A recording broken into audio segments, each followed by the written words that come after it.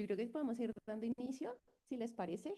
Creo que no solamente el tema del suicidio lo amerita en el mes mundial para la prevención del suicidio, sino por supuesto en el marco de la maestría en inteligencia emocional y bienestar. Consideramos que el tema es sumamente pertinente y por eso la educación emocional para nosotros viene siendo como una estrategia para la prevención del suicidio. Yo me presento, soy Karen Tautiva, soy una de las psicólogas de la Decanatura del Medio de la Universidad del Rosario.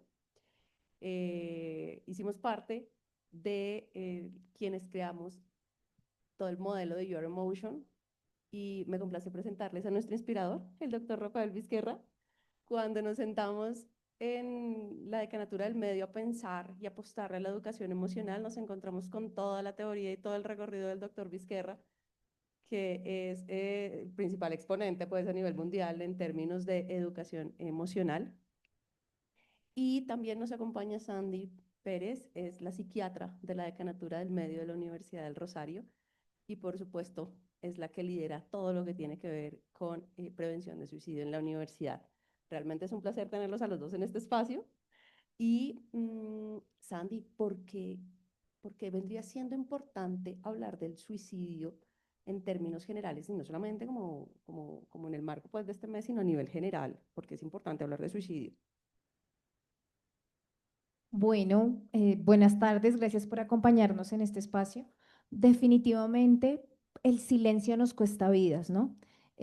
Hablar del suicidio es muy importante porque necesitamos cada vez más todos estar en pues en este tópico.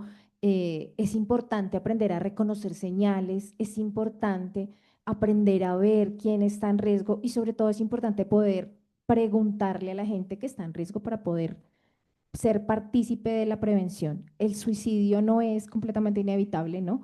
Si aprendemos las señales, si le preguntamos a las personas, pues podemos hacer algo. Detrás de cada persona que fallece por suicidio, detrás de cada rostro hay una persona, hay una familia, hay una vida y hay una serie de situaciones que pues es muy importante identificar para poder llegar a manejarla. Además, si hablamos del suicidio, pues se nos vuelve una situación de salud pública en Colombia, ¿no? Solamente en el año pasado hubo aproximadamente 2.984 muertes por suicidio en Colombia, ¿no? Sí, estadística de la,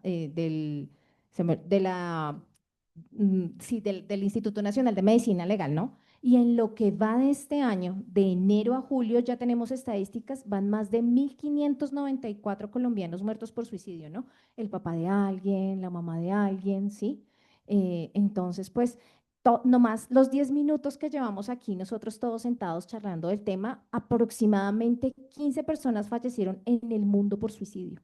Entonces, pues, son cifras que buscamos impactar, son estadísticas que esperamos poder, pues, todos estar desde el modelo preventivo. Dentro de todas estas cifras hay un mundo emocional muy complejo, ¿no? Hay muchas situaciones que tal vez no entendemos muy bien y pues de aquí surge un concepto muy importante que es la educación emocional. Entonces, pues entender qué significa y cómo esto se nos puede convertir en una herramienta de educación emocional es muy importante. Entonces, pues a partir de eso quisiéramos preguntarle al doctor Vizquerra, ¿cómo definimos la educación emocional? ¿Y cuál es su importancia en la prevención de la conducta suicida en los entornos, no solamente pues universitarios, sino en general con nuestra población adolescente?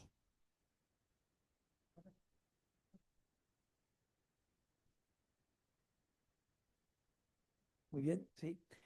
Bien, pues la educación emocional es un proceso educativo que tiene como objetivo el desarrollo de competencias emocionales.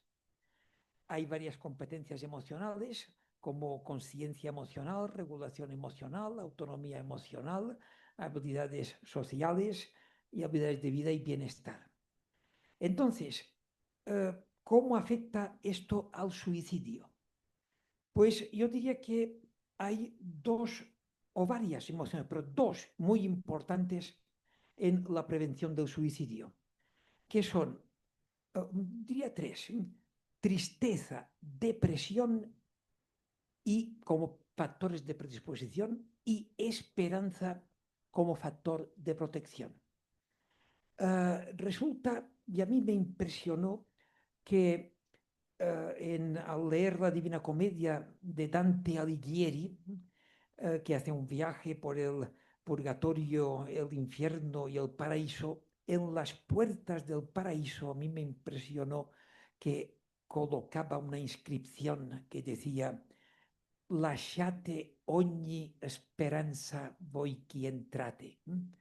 Dejad toda esperanza vosotros que entráis en el infierno, porque el infierno no es un sufrimiento solamente, sino que es vivir un sufrimiento sin ninguna esperanza de superarlo. Y cuando una persona está viviendo un sufrimiento profundo y no tiene ninguna esperanza de poderlo superar, es lógico y comprensible que piense en el suicidio. Por esto, en educación emocional, el trabajar la esperanza es un factor muy importante. Y creo que dentro de los aspectos fundamentales que uno tiene que revisar en inteligencia emocional está esa interpretación que uno hace de las cosas y de las situaciones y cómo esos pensamientos de esperanza pueden generar un efecto a nivel emocional completamente importante. A mí me gustó mucho una investigación de Galindo y Lozada hace 2 años nomás, donde evidencia cómo a mayor inteligencia emocional, menor índice de ideación suicida en las personas. Y creo que cuando estamos hablando de la educación emocional es fundamental sentarnos a mirar específicamente qué es eso que trabajamos desde los que le apuntamos a esto. Ayer el doctor Vizquerra en clase nos decía, ¿qué es lo que usted lo motivó para estar hoy acá? Y nos puso a hacer un ejercicio reflexivo de cuáles fueron esas razones. Y reconociendo esas razones, doctor, creo que de las cosas por las cuales yo estoy acá es el efecto que tiene muchas veces un entorno denso, demandante, como lo es el contexto hospitalario, los médicos, y a partir de ahí, cómo se empezó a incentivar un poco la necesidad en mí de trabajar el tema. ¿Cómo desde la educación emocional podemos empezar a identificar específicamente qué es lo que nos pasa? Y si no identificamos, ¿en qué empezamos a trabajar? Me explico. Cuando tenemos un dolor físico y no sabemos específicamente dónde es, porque tal vez se irradia a muchas partes del cuerpo, no sabemos específicamente o en dónde sobarnos, o qué tomarnos, o qué atacar. Con la parte emocional nos pasa lo mismo y la educación emocional nos ayuda a eso, a identificar en dónde está el problema, en dónde está la situación o cuál es mi dolor puntual. Me gusta lo que el doctor Vizquerra dice, la interpretación, cómo los pensamientos pueden llegar a determinar muchas veces esa visión de túnel que tienen algunas personas cuando están sumidos en su parte emocional, cuando están pensando en el suicidio como primera opción, y esa visión de túnel de no hay chance y no hay nadie que me pueda ayudar. Es la emoción la que está hablando normalmente. Sabemos que cuando la emoción nos habla, pues hay ciertos procesos a nivel cognitivo que se bloquean, y cuando se bloquean no estoy viendo las cosas con claridad. Creo que desde la educación emocional podemos empezar a pensar no solamente en identificar, no solamente en regular, también en trabajar de una manera muy responsable y muy autónoma en qué es lo que cada uno de nosotros puede hacer para trabajar, pues para abordar esta problemática, y no solamente desde el modelo de competencias socioemocionales, sino desde todo lo que uno pueda en su autonomía escuchar, leer, ver, que sea consecuente con empezar a manejar su parte emocional para empezar a contrarrestar un poco esas ideas o esa visión de túnel que me puede llevar a pensar que el suicidio es la única opción. Por eso quisiera que miráramos, doctor Vizquerra, como cuáles son esas estrategias emocionales que podemos enseñarle a las personas que tal vez están pensando en el suicidio como una única y primera opción. A ver, en Cataluña es un tema que llevamos años trabajando y no sé, porque no conozco investigaciones y además es difícil de investigar, hasta qué punto la educación emocional puede haber sido efectivamente un factor de prevención. Lo que podemos decir es que llevamos 20 años trabajando la educación emocional. Hicimos en el 2002 el primer máster en educación emocional y los estudiantes han ido difundiéndolo por los centros educativos, a un promedio de unos 30 centros cada año. Y hay otro factor que para mí es muy importante, probablemente el primero de todos, que es lo que se denomina el teléfono de la esperanza. Es curioso, de la esperanza. El teléfono de esperanza, que precisamente estos días estaba en el Congreso, Xavier Monferrer, es uno de los voluntarios que trabajan en el teléfono de esperanza, y en el teléfono de esperanza se reciben un promedio de 40 llamadas todos los días de personas con ideación suicida, con intentos de suicidio, temas que hace 20, 30, 40 años, como ha dicho muy bien Sandy, de estos temas no se hablaba, pero la OMS ha recomendado hablar de este tema y darle carta de naturaleza. Entonces, desde hablarlo, darle carta de naturaleza, el teléfono de la esperanza, la educación emocional y probablemente otros factores, se está consiguiendo en estos momentos en Cataluña una disminución de los suicidios. En el último año se ha disminuido un 12%. Y desde la pandemia se nota clarísimamente en los últimos 3 años una clara tendencia a la reducción, lo cual abre un horizonte de esperanza en el sentido de que se puede trabajar la prevención del suicidio. A mí me gusta mucho la parte preventiva y ahorita Sandy de hecho decía que iba en disminución. En el 2023 fueron 3.195. Sandy nos dio una cifra del año pasado que disminuye y la cifra de ahorita del principio de año va más baja aún, ¿sí? Creo que preventivamente hablando funciona. Ahora, Sandy, desde una perspectiva clínica, ¿cuáles pueden ser como esos aspectos, factores de riesgo, situaciones a abordar importantes para trabajar esta problemática? Bueno, primero, definitivamente, como dice el doctor Vizquerra, una de las situaciones más importantes en torno al tema es la falta de esperanza, la falta de sentido de vida y precisamente por eso, en ese orden de ideas, todas las medidas se han venido también trabajando desde ahí. Como bien lo mencionaba, el hablar y poderlo hablar de frente, sin el tabú de que le estamos sembrando a alguien la idea del suicidio, que era lo que se pensaba antes ha sido una de las primeras, digamos que medidas preventivas. De hecho, a nivel mundial, la campaña de la Organización Mundial de la Salud es Hablemos, ¿no? Aquí en Colombia es prevenir, es preguntar, y hemos tratado, pues, precisamente eso que nos menciona y es hablarlo con naturalidad, ¿no? Efectivamente, como decía Karen, las cifras vienen en descenso. Es la primera vez desde pandemia que notamos un descenso, más o menos van 10% menos, similar a lo que nos cuenta el doctor en Cataluña, y queremos pensar que es esto lo que está haciendo que esas cifras disminuyan.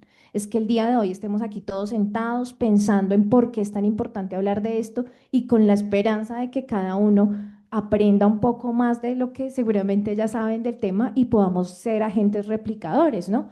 En torno a las señales, los factores de riesgo.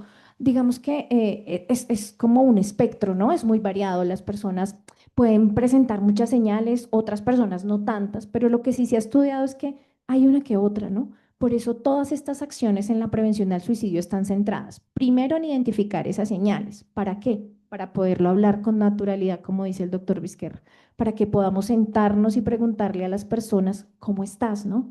¿Cómo amaneciste? ¿Qué tienes? ¿Estás cruzando por alguna situación? ¿Necesitas ayuda? ¿Estás pensando en el suicidio? ¿No? Entonces, acordémonos que las personas van a empezar a pensar un poco más en la muerte, ¿no? Entonces, pueden estar hablando de una forma muy directa como me quiero suicidar o de pronto no tanto. Ojalá Dios se acuerde de mí. Ya no tengo nada en este mundo para mí, ya no queda nada para acá, ¿no? O en un contexto son frases que nos están mostrando que esa persona está levantando la mano y estás pidiendo a gritos ayuda, ¿no? Nuestra tarea debe ser también, si esta persona no es capaz de levantar solita la mano, nosotros ir por ella y preguntarle, ¿no? A ver, ¿de qué forma la podemos ayudar? Otras señales diferentes pueden ser cambios en la forma de comportarse, cambios en su afectividad, en su expresión emocional. Nos podemos poner no solamente tristes, ¿no? Muchas veces las personas se ponen irritables o incluso parecieran contentas, ¿sí? Les llamamos las máscaras de la depresión, además, ¿no? Entonces, las podemos ver que consumen más alcohol, que se van más de fiesta, que tienen unos cambios, pues como que uno dice, venga, esta persona no era así. Buscar situaciones de riesgo, como cruzarse las avenidas sin percatarse.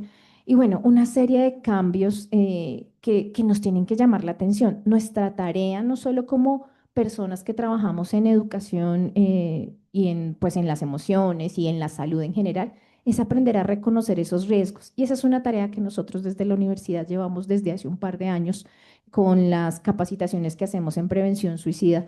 Y es que buscamos que toda la comunidad, no solamente los estudiantes, sino los docentes, las personas administrativas, la señora rectora, todos aprendamos a identificar esas señales. Porque imagínense que aquí, que estemos 20 personas sabemos identificar una señal, pues vamos a darnos cuenta cuando una está en riesgo.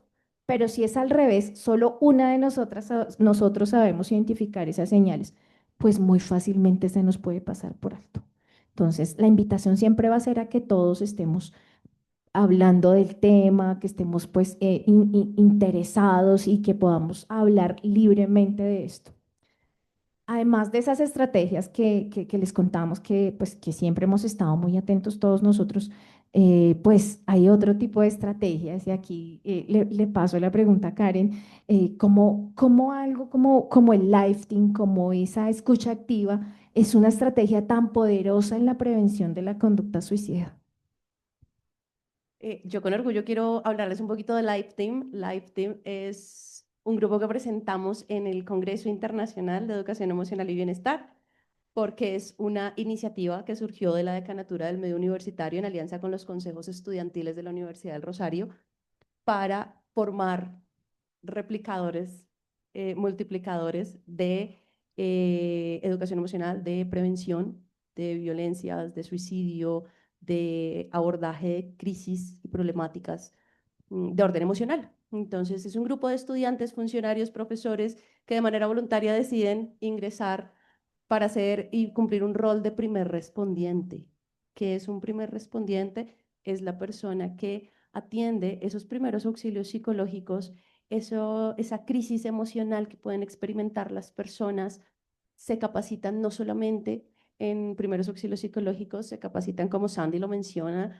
Tenemos la fortuna en la Universidad del Rosario de tener la licencia QPR. QPR es la estrategia avalada por el psicólogo norteamericano Paul Quinet, y él menciona que así como existen brigadistas que no son médicos y no son enfermeros, pueden existir personas que trabajen como primer respondiente, que no tienen que ser psicólogos ni psiquiatras, y los chicos de Lifetime se forman en abordaje de conducta suicida, se forman en el protocolo de violencias, y también sacamos un poco de pecho en la Universidad del Rosario porque tenemos un protocolo que aborda todo lo que tiene que ver con violencias basadas en género y discriminación.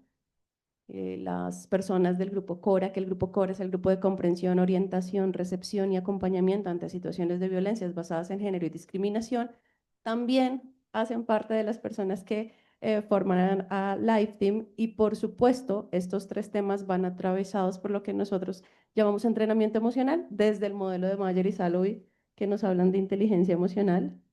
Ellos nos hablan de cómo desde la educación emocional podemos trabajar en ciertas habilidades de gestión de este sentir.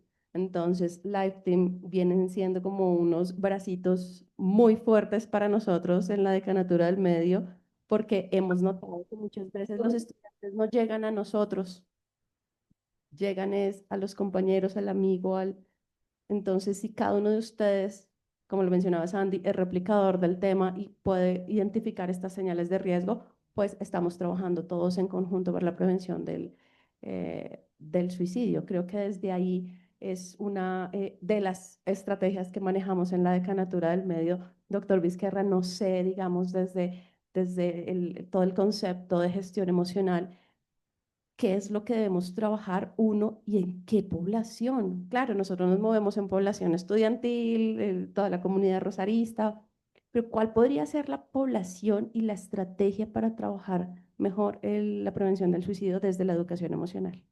Pues yo creo que es toda la población. Toda la población debería tener una cultura de prevención del suicidio. Porque yo los estudios que conozco, no sé si Sandy me va a corregir porque es la experta en este tema, pero que si que una persona, por ejemplo, aquí hay un malentendido. Yo durante mucho tiempo pensé que una persona que pensaba suicidarse se suicidaba y no había nada que lo impedía. ¿Eh? Después he llegado a ver que no es así, sino que una persona puede tener ideación suicida, pero hasta el último momento se lo puede estar replanteando. Y lo que hay son evidencias que si una persona que piensa suicidarse tiene la suerte de encontrar a alguien que la escuche las últimas 2 horas antes del suicidio, se aumenta la probabilidad de la prevención. Y esto es muy importante, porque esto es lo que decimos en educación emocional, cuál es la primera de las habilidades sociales. ¿Ustedes se acuerdan? ¿Alguien se acuerda? A ver, escuchar, escuchar. Muy bien. Por lo tanto, solamente hemos de poner en práctica la primera de las habilidades sociales, que es escuchar empáticamente desde qué emoción nos está hablando. Y sobre las emociones, tengo entendido también, por lo que he dicho sobre el suicidio, como mínimo en España, el 68% de los suicidios están relacionados con la depresión. La depresión es un tema muy complejo, porque si no fuera tan complejo ya estaría solucionado. En la depresión hay dos tipos de depresión: la depresión endógena, que depende de procesos bioquímicos internos, sobre todo hormonas y neurotransmisores, y que a veces no controlamos; y por otra parte, la depresión exógena, que obedece a causas externas que nos provocan profunda tristeza. Tanto en un caso como en otro, si esto se vive desde la desesperanza, se predispone al suicidio. Y por tanto aquí hay todo un marco de emoción, escucha, competencias emocionales, entorno que puede favorecer o dificultar. Y creo que hay mucho trabajo por hacer, pero yo insistiría primero en facilitar recursos como un teléfono de la esperanza, en facilitar recursos como competencias emocionales, porque cuando una persona ha desarrollado resiliencia, esperanza a pesar de todo, y competencias emocionales, está en mejores condiciones para afrontar los retos. Y como ha señalado muy bien, hay una correlación inversa entre inteligencia emocional y suicidio. Y cuanta más inteligencia emocional, menos índice de suicidio. Y por tanto, todos son datos que van orientándonos sobre cómo podemos intervenir. A mí me gusta, a propósito de lo que el doctor Vizquerra dice, una frase de la OMS que dice que el suicidio es la causa de muerte más prevenible en el mundo, ¿sí? Es decir, podemos trabajar en la prevención. Eh, y quiero invitarles a que piensen en algo y es, ¿ustedes tienen hoy la misma idea que tal vez tenían hace 10 años? Si en el día de hoy tengo una ideación suicida que me hace pensar que no puedo cambiar la forma de pensar, la forma de interpretar las cosas. Y quiero que pensemos, por ejemplo, en ese problema que en algún momento de la vida nos embargó tanto que tal vez no pensamos en una ideación suicida, pero sí alcanzamos a pensar que no había salida, no había chance. Al día de hoy, cuando ya no estamos emocionalmente embargados, vemos el problema distinto y ya se interpreta desde una perspectiva diferente. Yo quiero invitar a que pensemos si tal vez en algún momento de la vida tenemos alguna problemática, pensemos cómo tal vez en el futuro pueda volvernos a cambiar la interpretación de las cosas, como nos ha sucedido en el pasado.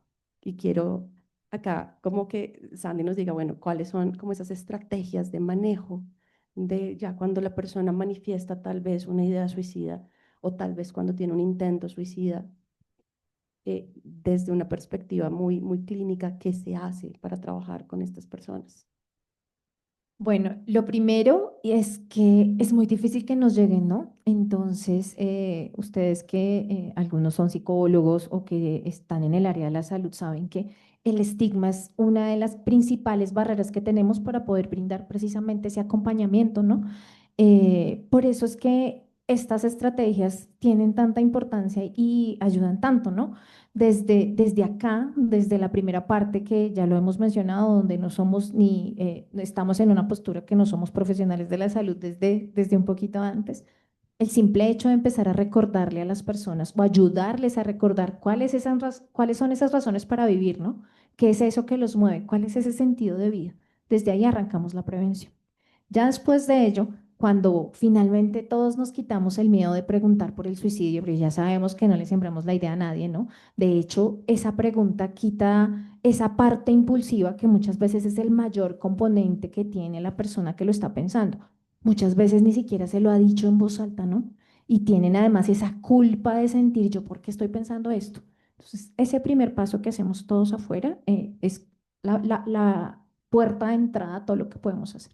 Ya después que logremos que la persona asista a cualquier servicio de salud mental, no necesariamente tiene que llegar de una vez a psiquiatría, podemos arrancar incluso hasta por medicina general, por medicina o por psicología. Lo importante es que puedas llegar a un espacio en donde ya haya otra mirada. Yo pienso que la salud mental requiere más bien un manejo integral, ¿sí? No podemos separar la parte biológica o la parte exógena de la parte endógena, como lo mencionaba el doctor Vizquerra ahorita.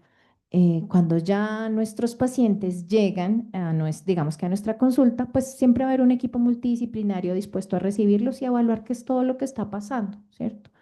Si bien un alto porcentaje de personas tienen una enfermedad mental asociada, en nuestro caso, en el último informe nos habla de más o menos el 40%, principalmente depresión, está todo ese otro 60% que no tiene una enfermedad mental, que simplemente está viendo el suicidio como la salida a un problema que en ese momento, como decía Karencita, parece que no tuviera solución, que en ese momento no está viendo la luz. Entonces, precisamente ese es nuestro papel desde profesionales de la salud mental y es tratar de ser ese faro en el camino de esa persona, ¿no? Arrancando desde esa escucha activa, muchas veces esa sola catarsis, ese momento en que la persona se siente escuchada, le quita el impulso de la idea. Pues desde salud mental trabajamos todo eso, obviamente. Si hay, por supuesto, hay un indicio de enfermedad mental, pues hay que tratarla también. Eso obviamente hace parte del tratamiento, pero principalmente siempre hemos pensado que la parte psicoterapéutica, la parte de fortalecimiento de estrategias de afrontamiento, el recordar ese sentido de vida, esas razones de vida, el reafirmar las redes de apoyo, ¿cierto? Todo eso hace parte del manejo integral de la conducta suicida. Y para mí especialmente, y lo repetimos todo el tiempo, es el fortalecimiento de todo esto, ¿sí? Nadie sabe lo que va viviendo el otro, ¿no?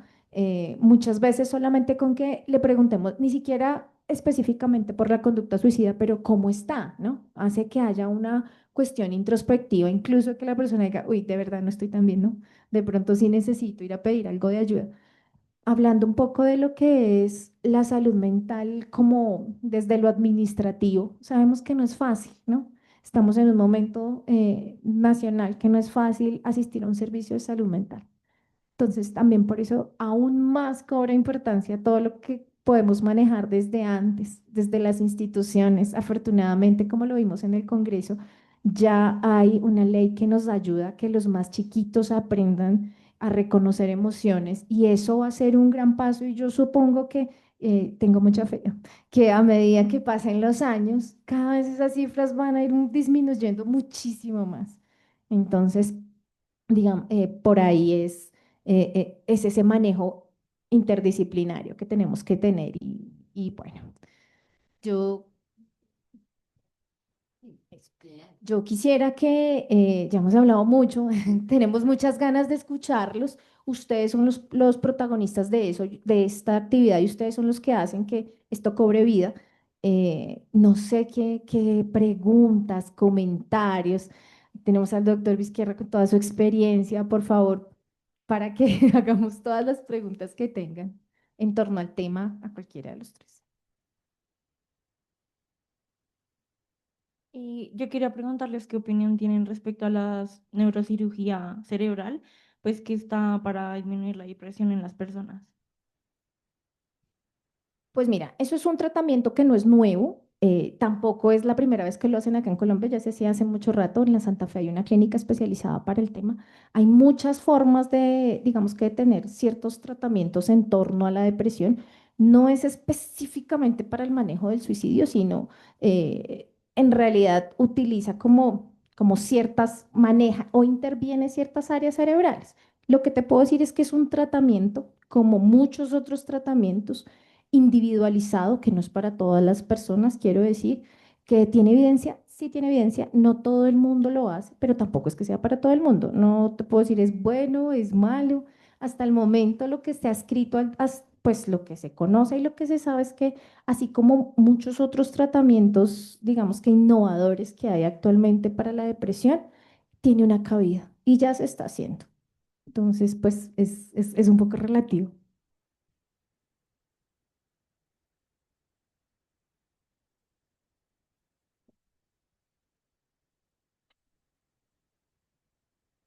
Mi pregunta realmente no es tanto sobre suicidio, sino pensaba en una historia que está teniendo ahorita reciente como mucha prensa, que es sobre eutanasia, y la pregunta sobre la articulación de salud mental y todos estos esfuerzos ante condiciones de salud como, bueno, como esta persona que es muy joven, que tiene una enfermedad completamente tratable, eh, endometriosis, pero porque no ha recibido la atención que al final del día es un tema administrativo, porque su clínica de referencia donde deberían tratarla no tiene como el equipo, pero aquí en Colombia sí hay otras instituciones que lo hacen, y esta desesperanza de esta mujer que desde muy niña está teniendo dolores intensos y toda la cosa que la lleva a pedir eutanasia. Y es, claro, no es suicidio, pero entran ahí. Entonces me queda a mí la pregunta de qué tan articulado está ahora a propósito de la nueva ley de salud mental con todos los esfuerzos para que no solamente quede allá en el rótulo lo que hay que hacer en salud mental, sino que esto es un tema de salud pública y como condiciones de salud como la endometriosis o la fibromialgia o muchas condiciones pueden llevar a las personas a vivir con este dolor o con esta condición es un sinsentido.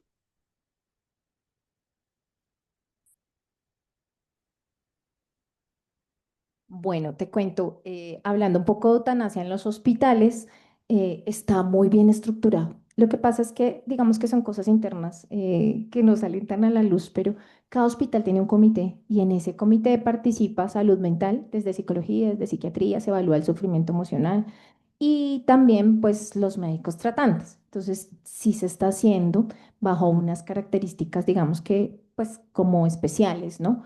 Es un tema muy difícil, es muy complejo porque, ¿qué te cuento? Desde la salud mental lo que nosotros evaluamos es cómo está esa capacidad de tomar decisiones en este momento, ¿no? Y sin decir que esta mujer, que es una mujer muy joven, que cognitivamente está perfecta, ¿cierto? Digamos que tiene un componente emocional importante. Y todos sabemos que las emociones en cierto momento pueden nublar nuestra forma de tomar decisiones adecuadas, ¿no? Entonces, ella está cursando con unas dificultades, pues, esperables, obviamente, porque su dolor es real, ¿no? Su dificultad es real, todo lo que está viviendo, pues, en unos temas de frustración, de diferentes emociones, pues, eso hace que si bien no es que no pueda tomar decisiones, le debilite un poco como que le nuble un poco el pensamiento a la hora de tomar decisiones autónomas y libres. Desde la eutanasia en Colombia lo que se hace, porque sí se hace y se ha hecho ya en muchos casos, es primero cómo trabajamos con ella para que esa parte emocional esté un poco más fortalecida y estar seguros que su decisión es en un momento que de verdad o sea, puse todo sobre la mesa y sé qué es lo que está pasando y no en ese momento de dolor emocional que le genera el dolor físico, ¿no? Entonces, no solamente en Colombia, en general en el mundo la parte de la salud mental en torno a la eutanasia es muy difícil de manejar. Solamente ha habido un caso de eutanasia por depresión, que es una opinión muy personal, pero a mí me impacta un montón porque yo pues digo, como una persona que en este momento está cursando por algo tan complejo, ¿cierto? Pues que sus emociones están interfiriendo en su forma de tomar decisiones, de pronto no era el momento de tomar la decisión, de pronto sí, de pronto no. Entonces, eso genera, digamos que una gran discusión que se está llevando a cabo, pero más allá de eso, quiero decirte que sí, sí se hace, sí se tiene en cuenta. Esta persona en particular ha recibido mucho acompañamiento desde salud mental bastante y pues está transitando un camino difícil. Además, que es que una de las, digamos que de las características para que se haga la eutanasia es que sea una enfermedad que te lleve inevitablemente pues a la muerte, o sea, que no tenga otra opción de tratamiento. Y es muy difícil, pero esa enfermedad no entra ahí. Pero también hay que entender que el dolor que ella sufre es muy terrible y que ha recibido muchos manejos analgésicos y no la ha logrado. Entonces es una cosa como entre el ético y que genera mucho, pues mucho impacto, pero pues ahí estamos. Sí, como aquí lo que se trata es de la prevención y por tanto de cómo podemos desarrollar una cultura de la prevención. Me permito señalar que en Cataluña, yo vengo de Cataluña, Cataluña capital, Barcelona, toda Cataluña es más o menos el número de habitantes que tiene Bogotá, para situarnos un poquito, y la capital es Barcelona, que más o menos es como Medellín, para que nos situemos. Entonces, el año pasado, si no recuerdo mal, hubo 538 suicidios en Cataluña y hubo unos 5.000 atenciones a ideación suicida documentados, registrados, lo cual significa que de cada suicidio hay como mínimo 10 intentos, pero 10 intentos que han sido registrados, porque probablemente hay más de un 20, pero que hay un 50 que no son registrados.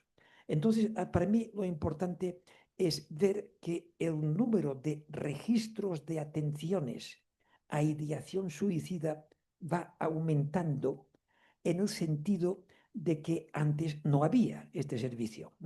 Y por tanto, que se vayan registrando ya me parece que es un paso hacia adelante. Es decir, es crear una cultura de que cuando una persona está pensando, tiene ideación suicida, que sepa que puede ser atendida y que sepa dónde puede ir, que sepa que existe el teléfono de la esperanza, pero que existen servicios de atención especializados donde esta persona como mínimo puede encontrar a alguien que la escuche. Y esto para mí es muy importante porque es un factor de prevención, de tal forma que de las personas que acuden a estos servicios disminuye significativamente el número de suicidios y que el número de suicidios muchas veces está en las personas que se encuentran sin esperanza de lograr algún tipo de ayuda y por tanto no saben a quién acudir. Simplemente señalo esto porque creo que forma parte de la cultura de la prevención, de que todas las personas tengan información para que si tiene información de algún compañero, de alguna compañera que a lo mejor tiene ideación suicida, poder recomendar dónde puede ir para que la atiendan. Y sabemos, además, que las ideaciones suicidas pues, pueden empezar desde muy jóvenes, sobre todo en víctimas de acoso escolar. En España fue un shock la primera persona documentada que se suicidó como consecuencia de ser víctima de acoso escolar. Esto pasó en el 2003, algo así.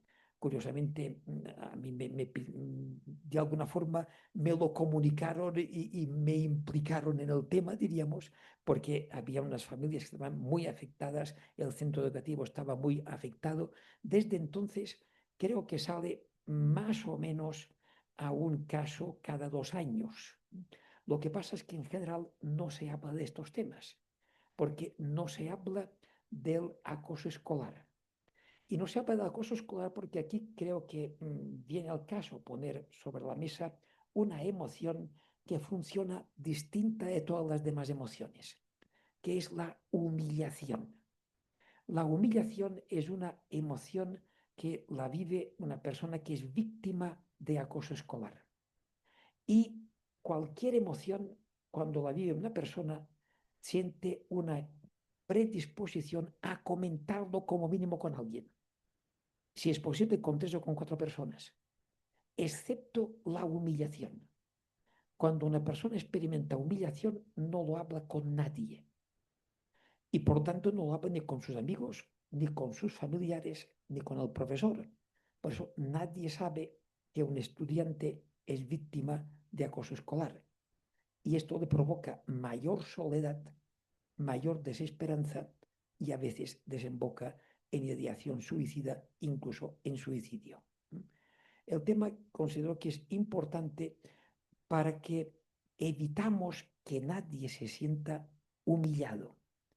El tema tiene profunda carga de profundidad, porque unos estudios que se hicieron con entrevistas en profundidad a miembros, a personas europeas, sobre todo del extrarradio de Bélgica, que se implicaron en el Estado Islámico. No sé si ustedes han oído hablar del Estado Islámico y todo lo que supuso. Entonces, europeos fueron a Oriente Medio, se implicaron en el Estado Islámico, pasó toda la larga historia y después en entrevistas muchos de ellos declararon, cuando se les preguntó por qué has abandonado Europa que has ido y te has implicado en el Estado Islámico, se repitió con mucha frecuencia la respuesta de me sentí humillado. Añado, y con esto termino, que cuando se estaba construyendo el muro en Israel, el muro que separa a los palestinos de los judíos, se hizo una entrevista a Ariel Sharon, que era el primer ministro en aquellos momentos, y le preguntaron por qué lo están poniendo tan difícil. Y la respuesta fue, lo hacemos para humillarles. A mí me impresionó esta respuesta y lo escribí. Hay un libro que lleva por título Política y Emoción, donde se trata este tema y en aquellos momentos yo recuerdo que escribí, y esto era el 2007, escribí, Ariel Sharon no es consciente de que lo que está diciendo con esto es que está haciendo terroristas. Terroristas en el fondo son suicidas. Tengamos consciente, por eso no es un tema aparte de lo que estamos hablando. Y entonces de esto va a derivar algo que en estos momentos es imprevisible. Y años después ha sucedido lo que ya conocemos en estos momentos.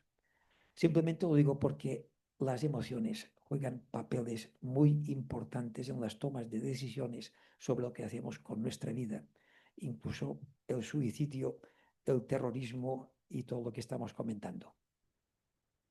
Gracias, doctor, por valioso aporte. Bueno, muchísimas gracias. La verdad, súper interesante. Les agradezco mucho a los tres. Yo quisiera preguntar un poco por las redes sociales. Lo digo con preocupación por los jóvenes, lo digo como mamá. Hoy veo unos retos que llevan a los niños a suicidarse. Hoy leo unos libros de Jonathan Haidt de la generación ansiosa y la verdad no sé si queda uno más ansioso o más preocupado. ¿Qué opinan o de pronto ve uno en las redes sociales esas vidas perfectas que no son la realidad? Y pues cuando uno entra y ve todo perfecto, pues uno siente su vida más miserable, ¿no? O sea, tantas cosas que pasan como en las redes sociales.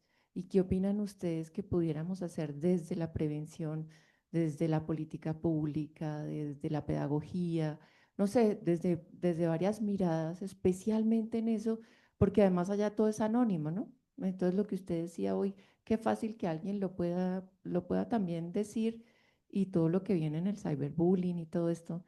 Entonces, no sé ustedes si pudieran como darnos alguna luz de qué opinan hacia dónde debería ir la prohibición, la pedagogía, no sé. Gracias. Hay una psicóloga de la Universidad de Yale que se llama Laurie Santos. Ella, dentro de su discurso, ella dice que en la vida siempre van a haber personas, yo que sé, más exitosas, menos exitosas, más inteligentes, menos inteligentes, más bonitas, menos bonitas, que la tendencia desafortunada del ser humano es a compararnos, no digamos como ya hice una especialización, una maestría, no he podido hacer un doctorado. Esa es la tendencia. El otro día que veíamos el universo de las emociones y todo lo que tiene que ver con la gravedad, hay una tendencia a estar en las emociones que nosotros llamamos eh, mm, negativas, tristeza, tristeza, rabia. El trabajo fuerte está en caminar y en escalar hacia las emociones, por supuesto, contrarias. Yo siempre he pensado que hay una realidad y en la medida en que no se hable de la realidad, como que en Cooper hablamos no, de lo que no se habla, no existe, no, en psicología hay algo que se llama agendas ocultas o secretos a voces. Todo el mundo sabe que pasa algo, pero nadie habla del tema, como si no hablando del tema mágicamente no existiera. Entonces, realmente todo lo contrario, necesitamos hablar del tema, necesitamos afrontarlo y creo que la prevención, la confianza, y a mí me gusta mucho dentro de las competencias socioemocionales, la autonomía emocional. No sé qué opina Sandy y el doctor. Yo solamente quiero agregar algo pequeño antes de darle la voz al doctor, y es que no olvidemos la autocompasión, ¿no? Con cada uno. Tratémonos con cariño. Miren, no hay peor juez para cada uno de nosotros que nosotros mismos. Y lo pensé ahorita que Karencita decía eso. No importa que sea especialista, maestrante, no sé qué, todas estas cosas que todos, seguro cada uno tenemos, pero nos quedamos en lo otro, uy, pero hoy no fui, hoy no podía hacer esto que tenía que hacer, ¿no? Entonces, simplemente agregar eso, que no olvidemos esa autocompasión, ese autocuidado. No tenemos que estar bien todos los días, ¿no? No todo tiene que ser perfecto. Entonces, pues, nada, eso. Bueno, yo diría que el suicidio es consecuencia del malestar. Una persona que se siente bien no le pasa por la cabeza suicidarse. La educación emocional tiene como objetivo el bienestar, hacer consciente el bienestar, pero sabiendo que la construcción del bienestar es más difícil de lo que podríamos imaginar. Y ya que has citado, Karen, el viaje por el universo de las emociones, allí hablamos de la fuerza de la gravitación emocional, lo cual nos lleva inevitablemente a experimentar emociones negativas. No porque sean malas, sino porque no tienen presencia de bienestar. Y esto es lo importante. Y por esto es importante la educación emocional, para tomar conciencia de que el bienestar se debe construir. Y aunque en algún momento podamos pasarlo mal, tener la experiencia de que podemos superarlo. De ahí la esperanza. Y todo esto requiere competencias emocionales. Pero también, como ha dicho Sandy muy bien en un momento de su intervención, la falta de sentido de la vida. Yo creo que uno de los problemas graves es la falta de sentido de la vida. Y al no haber sentido de la vida, la gente pasa muchas horas en las redes sociales.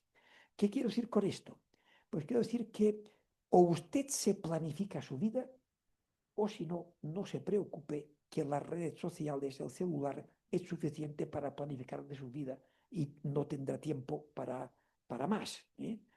Fijémonos que hay un 30% de personas que sufren ansiedad como consecuencia de las noticias que aparecen a diario en la prensa, y que las redes sociales, desgraciadamente, no contribuyen al bienestar, sino que contribuyen al malestar, porque aprovechan la fuerza de la gravitación emocional. Por eso, a veces, yo pregunto a los estudiantes, ¿en qué momento te hubiera gustado vivir? Y esto nos genera a veces una discusión, si tenemos tiempo. Y unos dicen, pues a mí me hubiera gustado vivir en la Edad Media, o en el siglo XIX, o en el siglo pasado. Y cuando analizamos todo lo que nos rodea, todos los ets y uts, resulta que a pesar de todo lo que está pasando, vivimos en el mejor momento de la historia. Cuando dices esto, parece que te tienen que decir ingenuo, ignorante o cualquier cosa. Pero yo voy a mantener esto. Y voy a mantener, además, de que el profesorado debe ir con cuidado a según qué mensajes transmite, porque a veces el profesorado transmitimos mensajes que son consecuencia de la fuerza de la gravitación emocional en nosotros mismos. Y creo que contribuir a que las personas busquen un sentido a la vida debe ser algo muy importante en la educación y que está contemplado en la educación emocional. Cada uno debe buscar de un sentido. Algunos lo encontrarán y otros no. Pero compartir qué sentido tiene la vida puede contribuir a compartir proyectos de futuro. Y en estos compartir el sentido de la vida, si facilitáramos que todas las personas tomaran conciencia de que en el fondo lo que más desean en este mundo es el bienestar y que el bienestar es la mejor prevención del suicidio, avanzaríamos bastante. Si además de potenciar el bienestar, llegáramos a descubrir que la mejor forma de construir el bienestar, el propio bienestar, es contribuyendo al bienestar general y que tomar un compromiso para contribuir al bienestar general, esto puede dar un sentido a nuestra vida, a lo mejor podríamos avanzar en reducir este malestar que provoca el suicidio. Esto es una hipótesis que está de alguna forma contemplada en la educación emocional para simplemente estimular esta reflexión para que el tiempo que tenemos para vivir en esta vida, yo no sé cuántos años me quedan de vida, pero los que me quedan, lo que me propongo es gozar plenamente de las oportunidades y esto contribuye a dar un sentido a mi vida.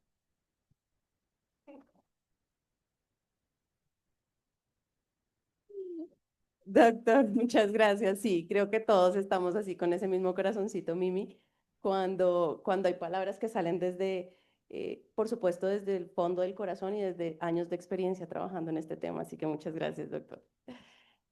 Creo que, sí, como Sandy lo mencionó, creo que este tema da para hablar mucho. Tengo entendido que, no sé si hayan preguntas en el chat. Resolvemos esas dos preguntas rápidamente. No sé si vayan dirigidas, Isa, no estoy segura. General.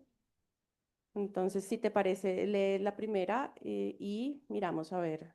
La primera pregunta es, ¿cómo educar en inteligencia emocional en niños cuya familia tiene el componente genético de enfermedad de salud mental?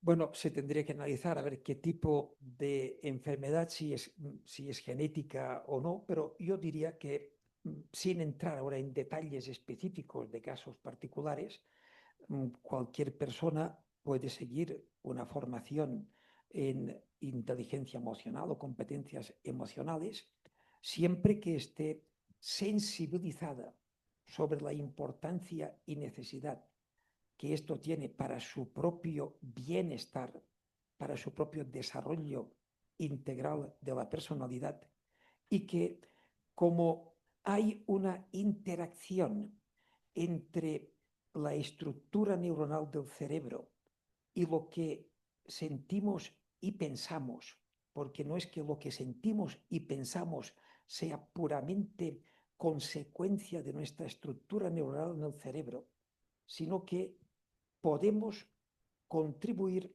a cambiar nuestra estructura neuronal en el cerebro a partir de las investigaciones en neuroplasticidad, en epigenética y en neurogénesis.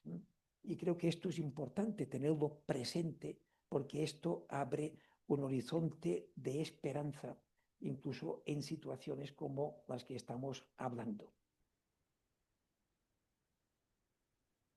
De pronto, solamente para agregar algo que a veces olvidamos y es que digamos que la parte emocional, la salud mental, la construcción de toda esta inteligencia emocional en nuestros niños muchas veces también es el reflejo de los padres, ¿no? Especialmente de esa mamá que acompaña. Entonces, si estamos pensando en una mamá que, o en unos padres que están teniendo alguna dificultad emocional, pues también es muy importante que alguien también se preocupe por ellos, ¿no? Entonces, también desde su propio bienestar, que es lo que hemos estado mencionando acá, podemos seguramente construir también un mejor bienestar para esos niños. Andy, y tenemos la última pregunta, Isa, por Sí. favor. Conozco una persona que en algunas ocasiones habla cosas como quisiera dejar de vivir. Le pregunto que si ha pensado en quitarse la vida y dice que no sería capaz. ¿Esa persona tiene algún riesgo de atentar contra su vida más adelante? Además, que en su familia uno de sus hermanos se suicidó. Dentro de los factores de riesgo para prevención de suicidio, una alarma importantísima es que alguien se haya suicidado, el suicidio de alguien y sobre todo, exactamente, Sandy, si es familia. Uno. Dos, puede que esté cursando, hay una escalada, puede que tenga una idea de muerte, se quiere morir, quisiera estar muerto, pero no se va a autolesionar buscando este fin. ¿Sí? Puede ser, pero de ahí a que pase una ideación suicida, tal vez no haya mucho, ¿sí? De la ideación suicida, es decir, de una idea recurrente, tal vez no haya mucho para un intento, para que pase ya la acción, el comportamiento y que ya pues finalmente se dé el suicidio consumado.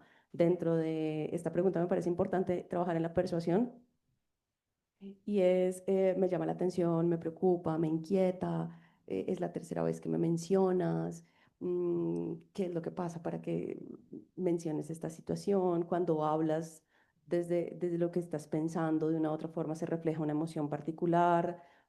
Y ahorita lo mencionó el doctor Vizquerra, y de hecho es como la base pues, de Lifetime, la red de apoyo, el estar.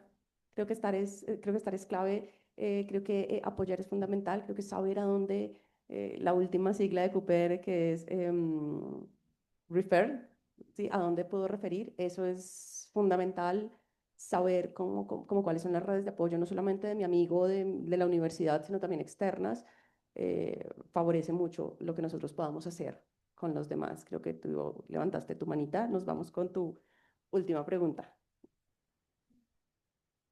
¿Está bien decirle a una persona en esta situación, ¿cómo te puedo ayudar? ¿Está bien esa pregunta? A veces, no me acuerdo dónde lo estaba hablando. Una cosa es lo que yo considero que cree que necesita y otra cosa es lo que la persona requiere de mí. Entonces, alguna vez me hicieron esa pregunta, ¿cómo te puedo ayudar dejándome sola?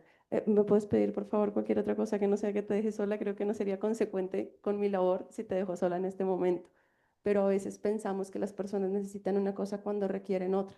Desde acá nosotros podemos decir, sí, hay que acompañar y tenemos de pronto un protocolo muy estructurado en nuestra cabeza, pero tal vez la persona solamente necesita que yo esté ahí, ni siquiera que le hable, sino solamente sentir. Y me acordé en otra universidad donde trabajaba una señora llamó muy afectada porque ella pensaba en su cabeza que su hijo iba en séptimo y resulta que se dio cuenta que su hijo como en tercero. Y me lloraba y me lloraba y me lloraba y decía que a ella le costaba mucho pues recoger el dinero para pagar la universidad. Eh, una hora después, donde la señora se descargó, entonces ya calmada, entonces yo la cité, yo no, miramos una cita, miramos a ver qué fue lo que pasó. Me dice, ay doctora, tan linda, usted habla tan rico. Chu, ella necesitaba era que yo la escuchara. Yo no le solucioné a ella en ese momento absolutamente nada, porque además era por teléfono, entonces yo dije, no, en mi cabeza no, citemos y miremos a ver qué pasa. Para ella fue mucho. Entonces, yo creo que en este conversatorio para nosotros lo importante era sensibilizar un poco sobre el tema, que nos sentáramos a hablar alrededor de, que nos sentáramos a pensar cuál va a ser nuestra postura. A veces pensamos que de lo que no se habla no existe. Yo creo que es una invitación muy bonita a reflexionar en las emociones invisibles, pero que tienen un impacto profundo en nuestro ser humano. Esa maleta emocional que a veces tenemos un poco cargada, un poco pesada, y que tenemos que empezar a trabajar en mirar qué es lo que debemos empezar de una forma responsable y autónoma a soltar. Creo que es un tema que toca fibras sensibles, sí. Creo que es un tema, sobre todo lo que nos dedicamos a esto, que nos compete, pero no solamente lo que nos dedicamos a esto. Alguna vez alguien después de una capacitación de QPR, les dije, ¿se atreven a preguntarle a alguien si se quiere suicidar? Y al principio la gente dice, no. Después de la capacitación la gente dice, sí. Y un chico me dijo, no solamente me siento responsable, sino siento que es un deber moral en términos social, de la sociedad, volver a preguntar a una persona si se quiere suicidar. Le dije, gracias. ya siento que con esto hice mucho y creo que esta era la intención con este espacio, no solamente trabajar el tema, sino mirar también y compartirles que ese es un poco desde la DMU al respecto. Nubia, creo que levantaste tu manita. Isa te lo pasa.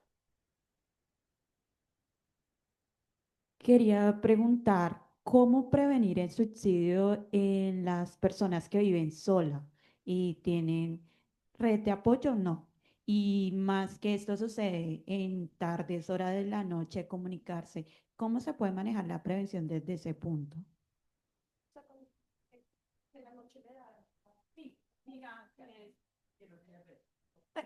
Digamos que en general cuando las personas no tienen red de apoyo, pues evidentemente tienen más riesgo, ¿no?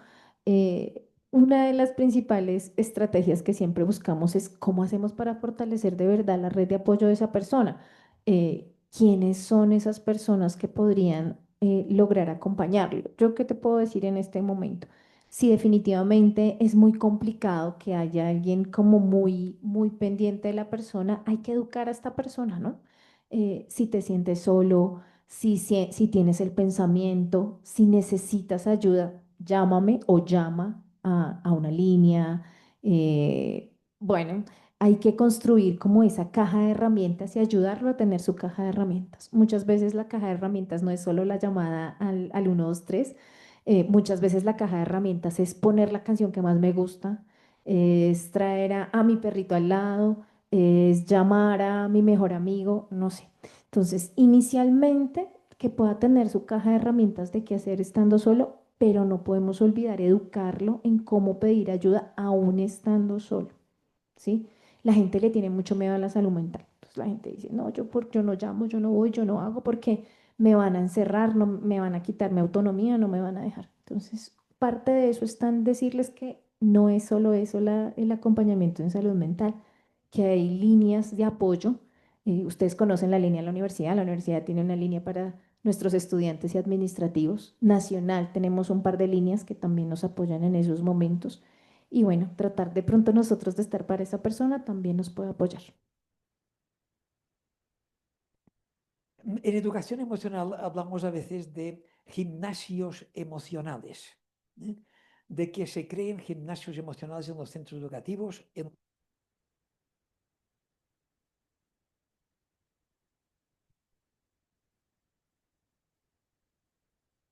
¿Sí? Bien, entonces, que se creen gimnasios emocionales en los ayuntamientos, en las alcaldías, en las municipalidades, para que personas de estas características puedan hacer gimnasia emocional. Es gimnasia emocional compartida, porque no es psicoterapia, es desarrollo de competencias para potenciar el bienestar y además el bienestar compartido. Y ahí se van creando redes entre las personas que asisten a estos entornos que contribuyen precisamente a lo que estamos comentando, porque uno de los problemas de las personas que se sienten solas es que al estar solas, esto implica tristeza, esto implica ausencia de bienestar, porque a veces, ¿cuántos de ustedes se han reído a carcajada de haberse explicado un chiste que no sabían? ¿Eh? ¿Eh? Porque lo reímos cuando lo compartimos. ¿Eh? Y entonces, explicarnos chistes, bailar, escuchar música, compartir, esto es crear redes sociales para estas personas que están completamente solas. Hay una canción de los Beatles, me parece que es All the Lonely People, ustedes se acordarán seguramente, es una canción para conocer. Ya no me acuerdo del título, pero es una canción específica para estas gentes, estas personas solas. Me acuerdo que la letra dice All the Lonely People, y lo decía varias veces.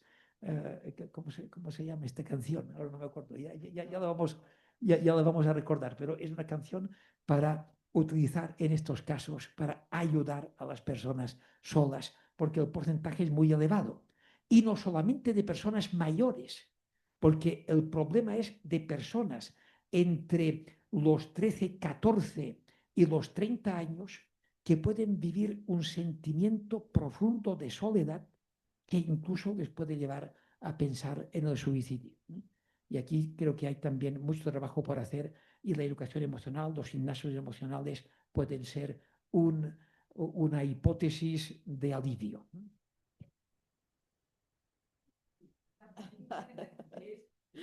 Ahí está, gracias Anita.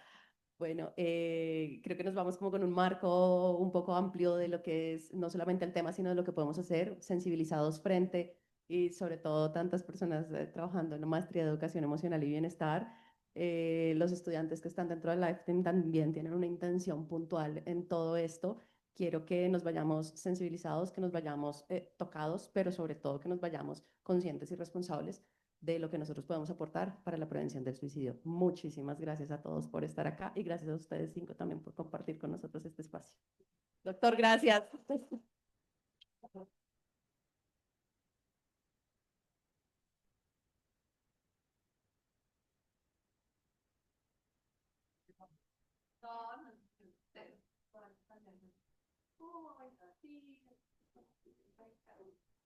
A las personas que se conectaron de manera virtual, que no pudieron estar.